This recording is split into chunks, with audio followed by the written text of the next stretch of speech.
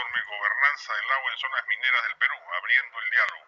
¿Qué tal? Muy buenos días. Buenos días. Muchas A gracias. ver, mi primera pregunta al grano. ¿Las empresas mineras se apropian del agua inequitativamente gracias a la complicidad o lenidad del Estado peruano? Bueno, esta pregunta es positiva si analizamos cuál es el marco normativo e institucional, ¿no? A quiénes beneficia la toma de decisiones y cómo está organizada la institucionalidad y las leyes, ¿no? Entre ellas, por ejemplo, tenemos la ley 3327 y la 3230, ¿no? Que son parte de este paquetazo ambiental, ¿no? Del gobierno anterior, Okay. Donde claramente el Estado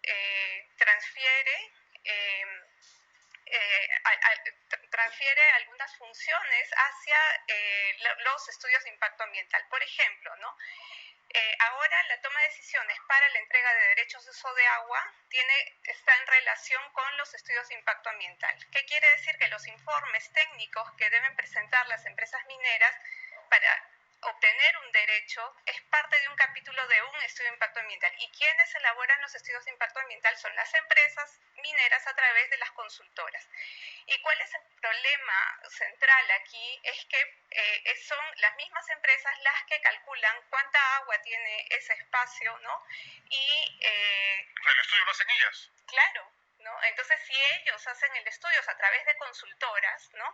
Y lo que quiero resaltar primero, ¿no? Es que justo hablabas del tema político hace un momento, y precisamente los documentos técnicos no son neutrales, son documentos técnicos y políticos. Para hacer un documento técnico, tú tienes una posición política y usas las fórmulas que te permiten sustentar o argumentar la actividad minera. Ese es el problema con los estudios de impacto ambiental. Están diseñados así, trazados así. No son estudios neutrales, ningún documento técnico es neutral, ¿no? Un ejemplo claro es el área del proyecto Conga tiene dos estudios técnicos. Tenemos la zonificación ecológica económica del gobierno regional que dice estas áreas son para conservación y usan las fórmulas para demostrar que ese espacio es conservación. Y en el mismo territorio tenemos el EIA Conga. Son dos estudios técnicos sobre la misma zona con objetivos políticos distintos, ¿no? Entonces, por eso es que los EIAs no son documentos... No son la santa palabra. No son documentos imparciales ni neutrales. Y entonces, ¿pero en qué nos basamos entonces? Tenemos que abrir el diálogo. ¿Qué indicadores están...? O sea, la única fórmula de romper esta mercantilización de los informes técnicos es que el diálogo sea la fuente de... Tenemos que concertar indicadores. Por ejemplo, todo el tiempo nos dicen que el 1% del agua es... que los balances hídricos muestran que solamente la minería usa el 1% del agua. Claro, ese argumento siempre lo repiten. Ya. No es verdad. No es verdad. ¿Qué sucede? En estos documentos que sustentan el 1% oscurecen, ¿no? Se invisibilizan los temas del bombeo de agua, ¿no? Que tienen un impacto fuerte. O sea, para poder explotar un tajo abierto, tú necesitas mantener seco, ¿no? Ese hoyo que estás abriendo, mantener seco. Implica drenar.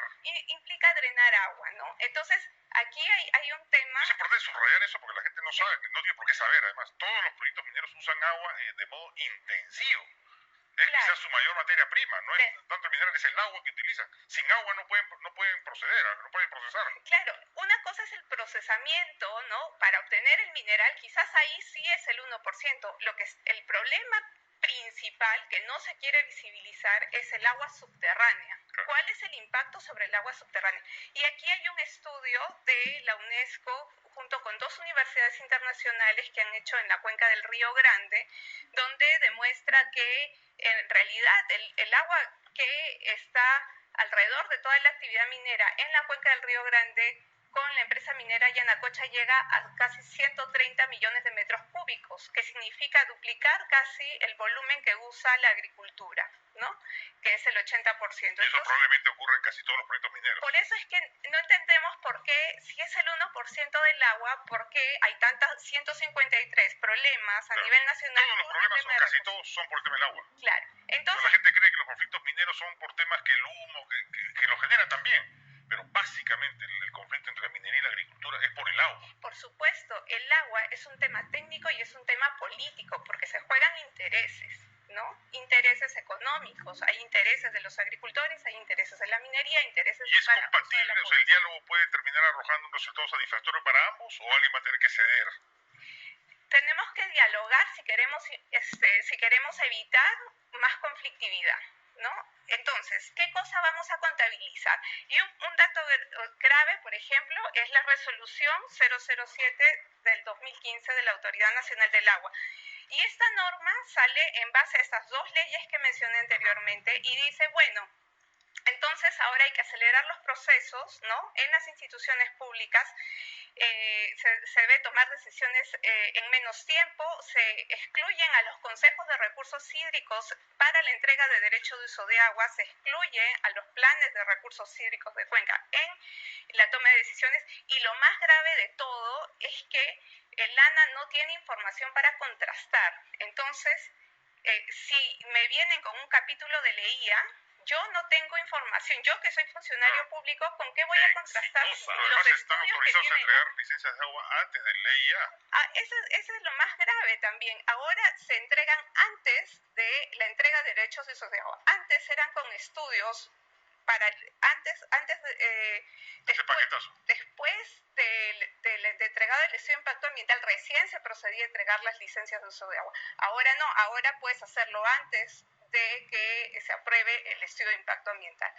La Autoridad Nacional del Agua no tiene competencia técnica en estos momentos como para ser un ente rector de la distribución del agua en el Perú, ¿o sí? O sea, pasa por la Autoridad Nacional del Agua, pero el problema es el instrumento, ¿no?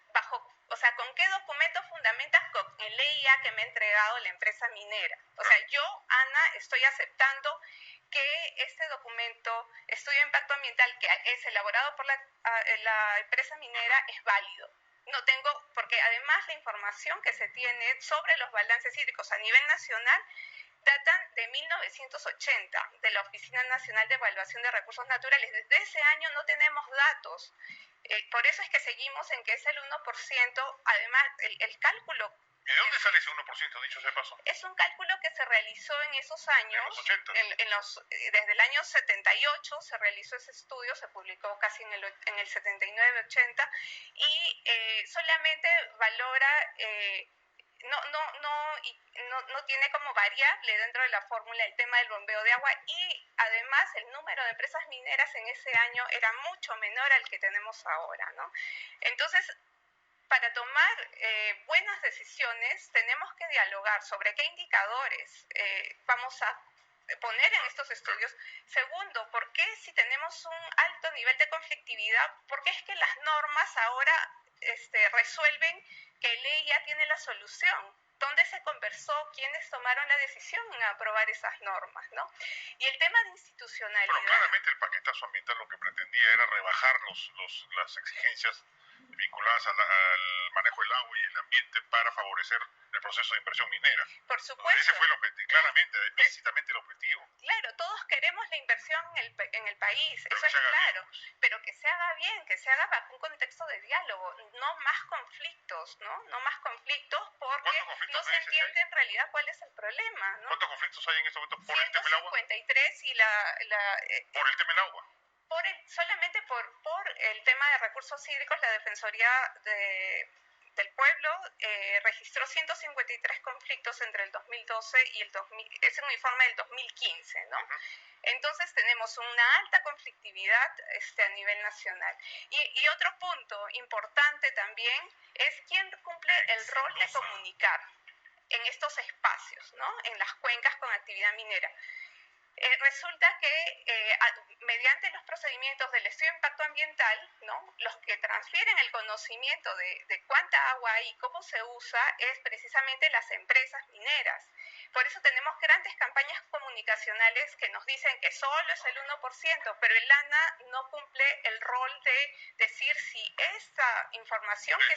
No lo cumple, porque está atada de manos legalmente o porque no tiene equipos técnicos o porque es parte de los grupos cooptados por el lobby minero. Parte de la gobernabilidad del agua tiene que ver con este tema de comunicación, ¿no? Si tú, depende de lo que tú comuniques. Gobernar el agua también tiene que ver con el manejo de información, pero también qué cosa es lo que transfieres hacia la población, ¿no?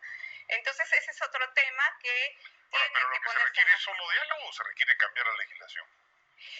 Se requiere diálogo para cambiar la legislación, para mejorar la institucionalidad. Necesitamos capacidades a nivel local. Por ejemplo, cuando fuimos a preguntar a la AAA, que es el órgano desconcentrado de lana en la cuenca tanto de Río Grande como la cuenca de los ríos Cañipí y Salado, la respuesta fue, les preguntamos directamente a estos funcionarios públicos cuáles son las licencias de agua que se han entregado a las mineras, y nos dijeron, bueno, que ellos no tenían esa información y que esa información estaba en Lima, ¿no? En Lima, en la ANA, claro. En Lima, desde hace muchos años, ¿no? Cooperación viene solicitando esta información y tampoco se brindaba esa información. ¿Cómo crees qué va a pasar con estos pobladores que están en extrema pobreza? Tienen que irse hasta Lima para solicitar una información, ¿no? Y el otro punto es que después de casi más de 20 años de explotación minera, recién hace 3 semanas, la ANA ha publicado las resoluciones de las licencias de uso de agua, ¿no? Entonces, recién ahora se tiene esa información, pero ha sido por mucho, digamos, por presión, ¿no? Entonces, ¿cómo es que están actuando? Pero el panorama que nos pintas es de uso y abuso del agua por parte de las empresas mineras. Pero por supuesto. En base a desconocimiento, en base a cifras equivocadas, estudios técnicos parcializados, etcétera, etcétera. Por eso, cuando tenemos un conflicto de actividad minera, tenemos que revisar la institucionalidad, la parte comunicacional, quién da esas cifras, cómo se construyen esas cifras. Es que los empresarios mineros que dicen, no, yo tengo ya todas las licencias. El acceso. Yo puedo operar y son estos revoltosos que me hacen lío porque no quieren minería porque son atrasados. Ese es el argumento. Claro, el acceso a información es importante. ¿Quién la da? ¿Cómo se construye esa información? Entonces son temas que nos develan un tema de inequidad, ¿no? Porque yo como agricultor en extrema pobreza tampoco tengo acceso al lobby en los ministerios, en el Congreso de la República, donde se toman las decisiones, donde se aprueban este tipo de normas, donde se cambia la regulación. Y entonces ahí entramos en este debate, ¿no? Cómo el poder se juega en las tomas de decisiones a nivel local y también cómo son a nivel central, ¿no? Ahora, el panorama requiere una intervención del Congreso, requiere una decisión del Ejecutivo. Sí, ¿Por dónde transita la solución a este problema? Yo creo que hay que abrir el diálogo en el Ejecutivo, con las empresas, con los afectados, en el Congreso de la República, porque estas normas no están contribuyendo a generar un ambiente de diálogo. Se necesita fortalecer capacidades también a nivel local, no solamente de las instituciones, sino de la misma población, para que entienda cuándo, para que sepa, ¿no? Identifique en qué momento te están diciendo es el 1%, pero te das cuenta de que no es así. Y en qué momento aceptas una información y en qué momento la puedes debatir, ¿no? Esos son los puntos centrales, digamos, de la gobernabilidad del agua, ¿no? Los espacios, por ejemplo, los consejos de recursos hídricos podrían ser un buen espacio, pero siempre y cuando, constantemente nos dicen que en las mesas de diálogo, los espacios de diálogo son, ingenuamente, ¿no? Nos dicen que son espacios donde todos podemos concertar. Pero estos espacios de diálogo tienen que ver con el nivel de poder de cada actor, ¿no? No es lo mismo centrarse en una mesa con una empresa que tiene un lobby en el gobierno central o a nivel internacional incluso, que ser un agricultor, ¿no? Un pequeño agricultor. En esa mesa de diálogo se va a manejar información, depende quién la construye, ¿no? Entonces, no estamos en igualdad de condiciones, ¿no? Si se tiene como premisa que no estamos en igualdad de condiciones y hay que dialogar sobre eso, ahí sí se da la apertura a ese diálogo. Muy bien, muchas gracias. Investigadora del informe de gobernanza del agua en zonas mineras del Perú, abriendo el diálogo. Muchísimas gracias. Muchas gracias también por la oportunidad.